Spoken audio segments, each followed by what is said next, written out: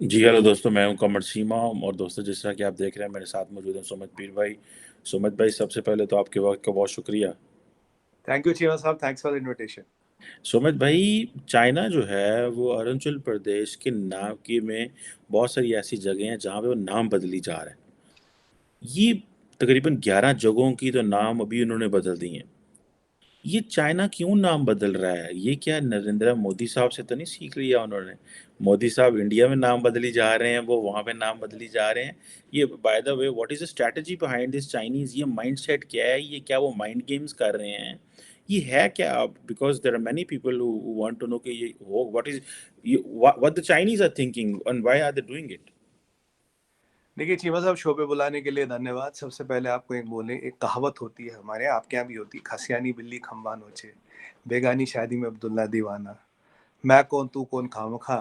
और हमारे एक बड़ा हिट गाना हुआ था, कोई भी करेगा तो बरेगा कल्लू मामा, कल्लू मामा बीजे की करेगा तो मरेगा कल्लू मामा। ये जो चाइना है, ये चाइना की डेस्परेशन को दिखाता है, ये चाइना के टूटते मनोबल को दिखाता है, ये चाइना की हताशा, निराशा और अपेक्षा को दिखाता है।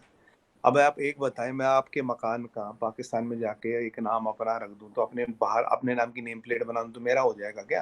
या आप मेरे मकान पे आपके अपनी नेम प्लेट लगाओ तो आपका थोड़ी हो जाएगा?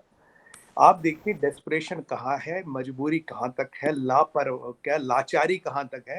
आप अपने घर में बैठ बैठ के नाम बदल रहे। भाई, आप अपने शहर का नाम बदल सकते हो, शंघाई का नाम आप शिंगजू कर दो, हमें कोई आपत्ति नहीं। हम अगर अपने शहर का नाम बदल ले, हमारी टेरिटरी है, हमारी जमीन है, हम जो मर्जी करें।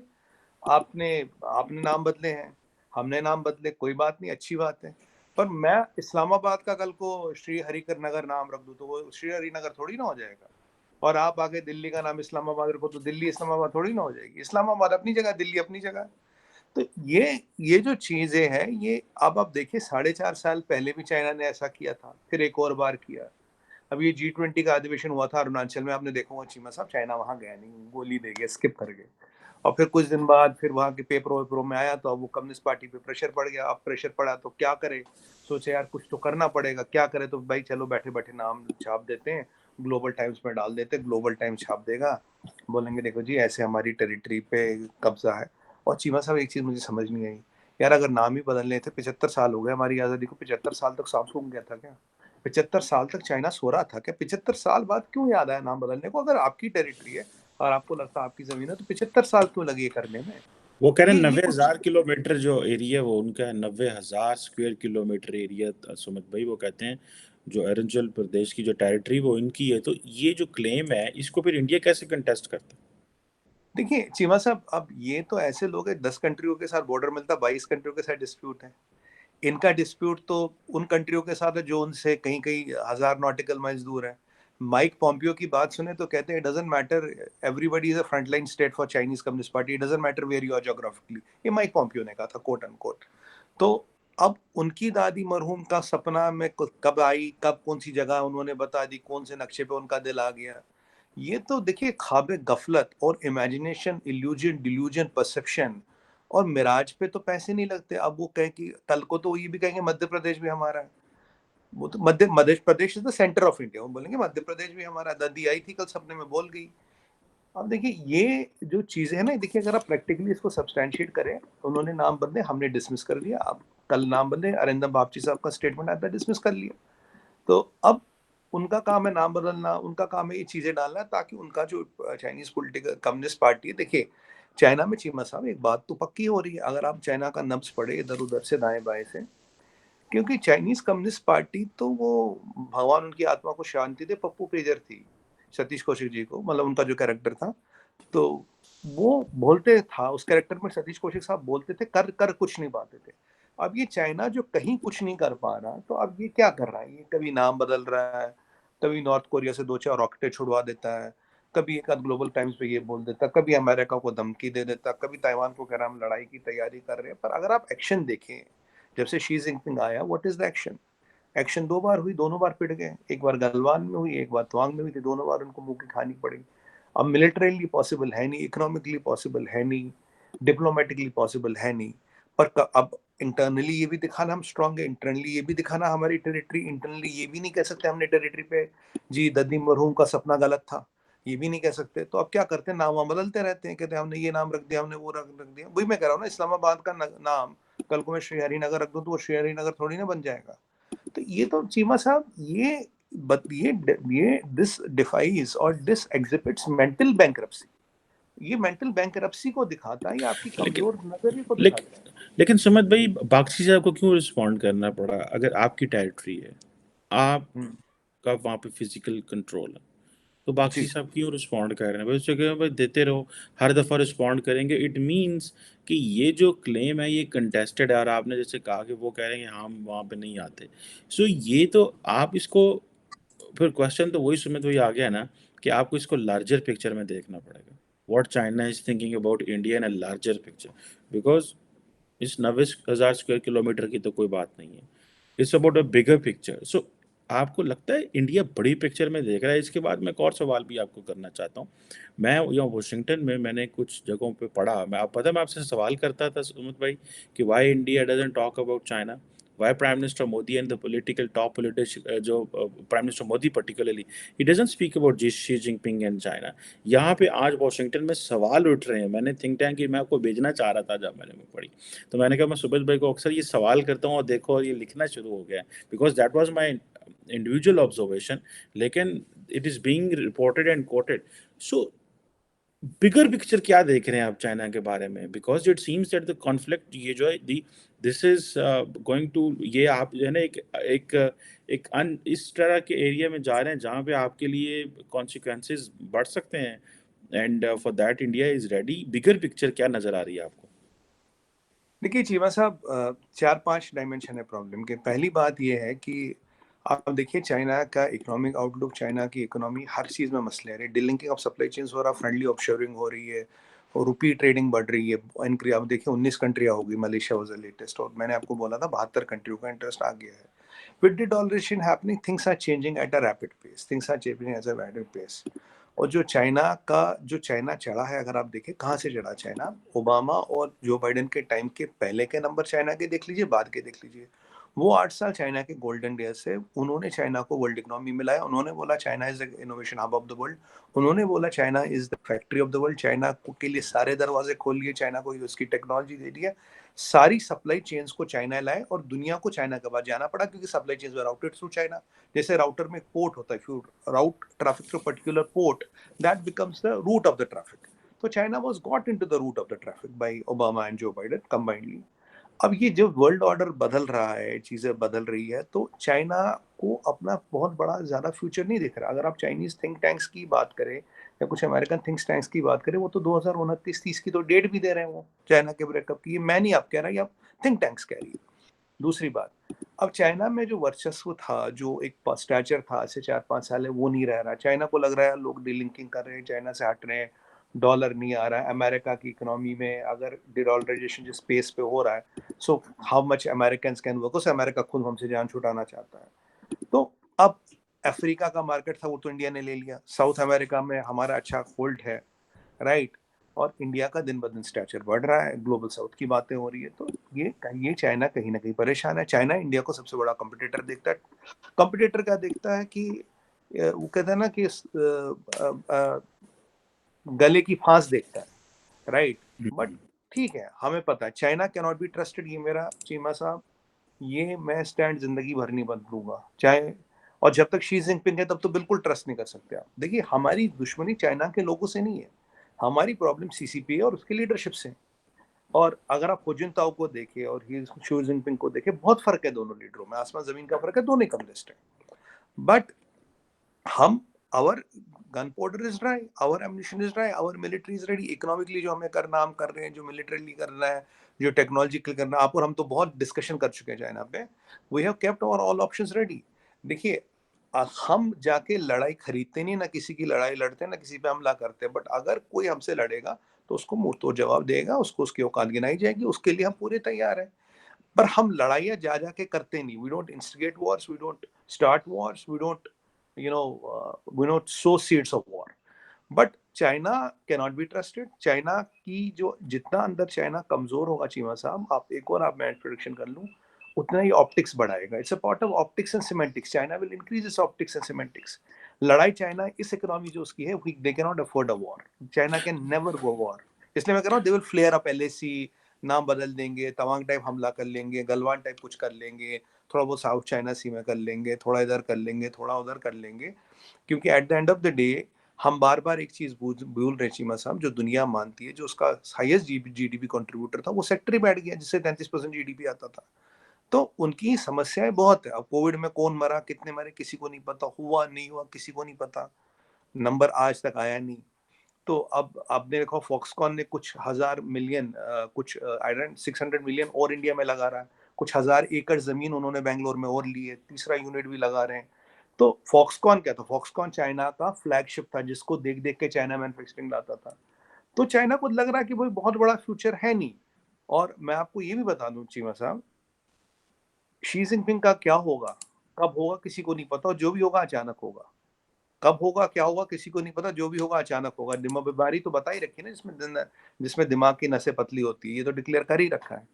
क्योंकि आज वर्ल्ड ऑर्डर में ये जो चाइना जो बचकानी हरकतें कर रहा है, ये चलेंगी नहीं, ये सस्टेनेबल नहीं है। ये आपको कहीं ना कहीं आपकी मेंटल बैंक्रप्सी और लैक ऑफ डिप्लोमेटिक इक्विपमेंट को दर्शाता है। बाकी we all our options are open, हमारे सारे विकल्प खुले, we are ready for any to every option.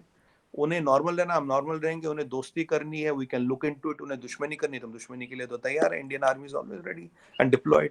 तो ऐसी कोई बात है नहीं। But at the same time I will like to reiterate, we don't want war, we don't go and buy war, but push comes to shove, we are all ready for anything. Suman भाई बिल्कुल ठीक हो गया। Obviously आपकी जो strategy है it depends on China, China क्या करेगा आप उस हिसाब से करेंगे।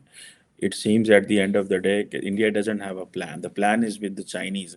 ये बहुत सारे लोग जो हैं इस चीज़ पे सारी बात है वो बात मैं भी इसको जवाब करते दूंगा हैं। जी। आप देने जवाब, फिर मैं अगला सवाल करने लगा। हाँ, हम्म। देखिए चीमा साहब, डिप्लोमेसी जो चाइना की है वो वुल्फ वॉरियर डिप्लोमेसी है। देखो कम्युनिस्टों को डिप्लोमेसी थोड़ी कम आती है, हम्म। और वहां तो एक आदमी डिसाइड करता है, उसके दिमाग में जो आया, और दादी मरहूम जो ख्वाब में आई दिमाग में आया, कल को वो रूल है। आपको एक एग्जांपल बताता हूँ, आपने पॉलिट ब्यूरो की मीटिंग देखी? पॉलिट ब्यूरो की मीटिंग में 200 या 220 लोग बैठे थे। मैं जब वो चल रहा था, वो सॉन्ग एंड डांस सर्कस चल रहा था, मैं उसको देख रहा था। चीमा साहब, लोग आते थे, कोट वोट टाई लगा के बैठे थे ऐसे, और एक स्टेज पे कुछ 10 15 20 लोग बैठते थे, ऐसे काम होता। 7 दिन वो आते रहे, बैठते रहे। आपने एक चीज नोट की सर, 220 लोगों के सामने माइक ही नहीं था, माइक ही नहीं था, ना मॉनिटर था, ना कीबोर्ड था, ना कुछ था। तो उन्हें तो ऐसे फोटो के लिए बिठाया गया। आप मुझे बता मेरे भाई, अगर कोई 200 लोग बिठाते हो, माइक ही नहीं है, कंप्यूटर नहीं है, कीबोर्ड नहीं है, बटन नहीं है, वो सुबह से शाम तक ऐसे बैठते पुतले बन के। ये आपको स्टेट ऑफ अफेयर्स बताता है। सो the point I'm trying to make is, we as a vibrant democracy have all the options open. We have simulated all the scenarios. We will react and we'll base our moves as and when the situation shape up. बिल्कुल Scenario सही। based diplomacy होती है जी। अच्छा सुमित भाई, मैं देख रहा था ये जो आप कह रहे हैं ना कि आप चाइना की तरफ देख भी रहे हैं, खतरा भी है, सारा कुछ है। अच्छा, अमेरिकन ये कहते हैं, मैं पढ़ रहा था अभी एक इनका है centre for strategic and international studies, वहाँ पे एक सीनियर एडवाइज़र है क्रिस्टोफर जॉनस्टोन। वो कहते हैं कि अमेरिका के वाइट हाउस में और डिफेंस डिपार्टमेंट के अंदर ये क्लैरिटी है और एक एक्सप्लिसिट डिसीजन लिया गया है कि हमें इंडिया को हर तरह सपोर्ट करना है। पहले से वो कह रहे हैं कि हमने MQ-9 ड्रोन्स दिए सर्वेलेंस के लिए चाइनीज़ के। जारी बात है, मैं सोच रहा था अगर वो चाइनीज़ की सर्वेलेंस के लिए है तो पाकिस्तान की सर्वेलेंस भी होती होगी ऑब्वियसली। ये इंडिया ने ये तो नहीं कहना कि ऐसी ड्रोन आस पास से नहीं करने, हमने इसी पास से लेके जाना है। लेकिन मेरा ख्याल है पाकिस्तान इतना डिवाइडेड हाउस है, हमारी तो गवर्नमेंट बात भी नहीं करती होगी कि आप ये इतना, क्योंकि मुझे याद है कि जब इंडिया को पाकिस्तान को बहुत कुछ मिलिट्री इक्विपमेंट मिलता था तो इंडिया जो है ना अपने एंटीने खड़े कर लेता था। पाकिस्तान खैर खामोश है, एनी हो। लेकिन सुमित भाई, अब ये जो बात मैं कर रहा हूँ कि पाकिस्तान का जो American white house and defence कह रहा है कि हमें ये एक्सप्लिसिट डिसीजन लिया हुआ है कि हमें एज मच सपोर्ट करनी है एज जितनी इंडिया की हम कर सकते हैं, और इसके हवाले से वो कर भी रहे हैं। लेकिन इंडिया फिर कतराता क्यों है? अमेरिकन को अगर ऑकस डेवलप करना पड़ा और सबमरीन, और फ्रांस वहां पे आके एंटर हो गया है, जब आपको इमिनेंट लग रहा है, आपको 100% श्योर है कि जंग होनी है, कुछ ना कुछ होना है, तो क्यों इंडिया कतरा रहा है? वाई इज इंडिया, जिसे कहते हैं ना शाय, शाय क्यों है इतना शाय पहाड़ है? मैं समझता हूँ कि नॉन अलाइनमेंट से आप स्ट्रेटेजिक ऑटोनॉमी की बात कर रहे हैं, लेकिन आपके अंदर एक हिचकिचाहट है। जो ये वो वजह है जो डॉक्टर जयशंकर कह रहे थे एक इंटरव्यू में कि मैं अपने से इतनी बड़ी ताकत से क्यों जाके पंगा भी ले लूँ, ठीक है? I will wait for the time. So America आपको मिलिटरीली करना चाह रहा है, वो ऑकस में चले गए, सबमरीन सब कुछ, क्वाड को आप मिलिट्री अलायंस नहीं बनने दे रहे। अगले साल आपने सुना क्वाड की बारी आपकी है, इस साल आप ऑस्ट्रेलिया जा रहे हैं। एक वेस्ट के अंदर फ्रस्ट्रेशन है कि इंडिया वो हम जो उसको करना चाह रहे हैं वो कर नहीं रहे। तो आप क्या देखते हैं इस चीज़ में कि वो आपको स्ट्रेंथन करना चाह रहे हैं मिलिटरीली और वो समझते हैं कि चाइना से थ्रेट इमिनेंट है, लेकिन आप वो चीज़ें लेना नहीं चाह रहे। आपको लगता है कि ये बेसिकली कन्फ्यूज़ पॉलिसी है, या कि अभी आप समझते हैं कि खतरा को उस तरह आप देखते नहीं हैं जिस तरह अमेरिकन्स या बाकी इस खतरे को देखते हैं, चाइनीज़ थ्रेट को देखते हैं? देखिए चीमा साहब, जो MQ-9 की बात करें, I think it is general atomic से हमने ड्रोन लिए थे, और MQ-9 में दो होते, ए तो सर्वेलेंस वाला होता है, I think B is a arm drone. जो हमने अब की बार लिया है that is a arm drone. Surveillance वाले कुछ हमने लीज पे लिए थे, वो अब भी हमारे पास है, और I think it was around 30 drones for $300 million। तो जहाँ तक मुझे याद, $3 billion, सॉरी, मतलब $100 million का एक ड्रोन है वो। तो अब देखिए, MQ-9 is the best drone in the world, उसमें कोई डाउट है नहीं। और हमें ड्रोन चाहिए, हम अपने भी काफ़ी ड्रोन्स बना रहे हैं। बट चीमा साहब, जो थ्रेट परसेप्शन है, जो थ्रेट का क्वांटम है, जो थ्रेट के टर्म्स हैं, जो थ्रेट का what you call this equilibrium है, that India will decide for India. That is the case of strategic autonomy. America will not decide our threat. America will not tell us what is your threat. America will not tame us to go and fight a war and go and take a threat when they think it's a threat. We'll take our own decisions. जो उसके लिए हमें हथियार लेने वो हम लेंगे। हम अमेरिका से भी ले रहे हैं, इटली से भी ले रहे हैं, फ्रांस से भी ले रहे हैं, काफी कंट्रियों से ले रहे हैं। काफी, अब 60% प्रोडक्शन हमारी अपनी है, एक्सपोर्ट कर रहे हैं। तो ये जो चीज है, अमेरिका हमें सपोर्ट कर रहा है, अच्छी बात है, हमारा दोस्त है, करना चाहिए। हमें काफी लोग सपोर्ट करे। अभी हमने जर्मनी को भी सबमरीन्स का ऑर्डर दिया, आपको पता होगा। फ्रांस से भी सबमरीन्स का ऑर्डर दिया। अभी हमने करीब 18-19, कुछ 4-6 दिन पहले राजनाथ सिंह जी ने 19 नेवल एसेट्स और बनाए। 44 पहले बन रहे थे, तो 19 में लाके अराउंड 64 नेवल एसेट्स आ रहे हैं मैन्युफैक्चरिंग। पहले मैं 44 कहता था, तो 19 और जोड़िएगा। तो we are looking at our paradigms. We are not driven by anybody, we are not towed by anybody, we are not towing anybody's line. America is used to association, जहां वो टर्म्स ऑफ एसोसिएशन डिफाइन करता है, जहां वो terms बताता है। जैसे अब मैं बताऊं, for example, weapons of mass destruction, पूरी दुनिया को लगा लिया वेपन्स ऑफ, कहां मिला कोई वेपन्स ऑफ मास डिस्ट्रक्शन? नहीं मिला ना कोई भी। There was no weapon of mass destruction found. तो अब एक इंडिया एक ऐसा अलाई है जिसको वो चला नहीं पा रहा, जिसको वो घुमा नहीं पा रहा, जिसको वो लट्टू बना के नचा नहीं पा रहा। तो कहीं ना कहीं फ्रस्ट्रेशन उस चीज की, फ्रस्ट्रेशन इंडिया को लेके नहीं, फ्रस्ट्रेशन है जो मेरा जादू हर एक पे चलता था, वो इंडिया पे क्यों नहीं चल रहा? इंडिया मेरे इशारों पे क्यों नहीं नाच रहा? इंडिया मेरे कहे अनुसार क्यों नहीं चल रहा? अब आपको मैं दूसरे एग्जाम्पल देखूंगा। देखिए, आप इंडिया की फॉरेन पॉलिसी देखिए चीमा साहब, and there is a threat from China, I am not denying it, there is no denial about it. अब आप यूरोप की फॉरेन पॉलिसी देखिए। यूरोप की फॉरेन पॉलिसी, इतने मुल्क होते हुए सो मेस्ड अप। यूके की इकोनॉमी की ये हालत है, अगर ये लड़ाई नहीं रुकती 20 साल पीछे चले जाएंगे वो। France is the only economy which is still okay. Italy, Spain और जो छोटी कंट्री है उनकी तो हालत ही खराब है। ईयू जो एक पावर ब्लॉक था, क्या रह गया रशियन यूक्रेनी वॉर के बाद उस पावर ब्लॉक को? But EU could have chosen not to get into the war, but EU chose to follow America. जो सबसे ब्लाइंडली अमेरिका को फॉलो करता है वो है यूके, उसमें तो कोई डाउट नहीं है, दुनिया के स्क्रीन पर बहुत क्लियर बात है। अब इलॉन मस्क की एक मैं आपको बता देता हूँ। इलॉन मस्क ने एक नया प्लांट लगवाया था जर्मनी में, टेस्ला का, 2 गीगाबिट का, and he wanted to move his production from China to Germany. दिक्कत ये है, इलॉन मस्क भाई साहब को गैस ही नहीं मिल रही। गैस तो आ नहीं रही, तो प्लांट चलेगा किससे? तो अब आप देखिए, वहां Europe is paying the price for being a lackey of America, for being a sidekick of America, for just walking and dancing the America's tunes, right? And they are paying a very heavy price, मेरे हिसाब से, and they have paid for too long now.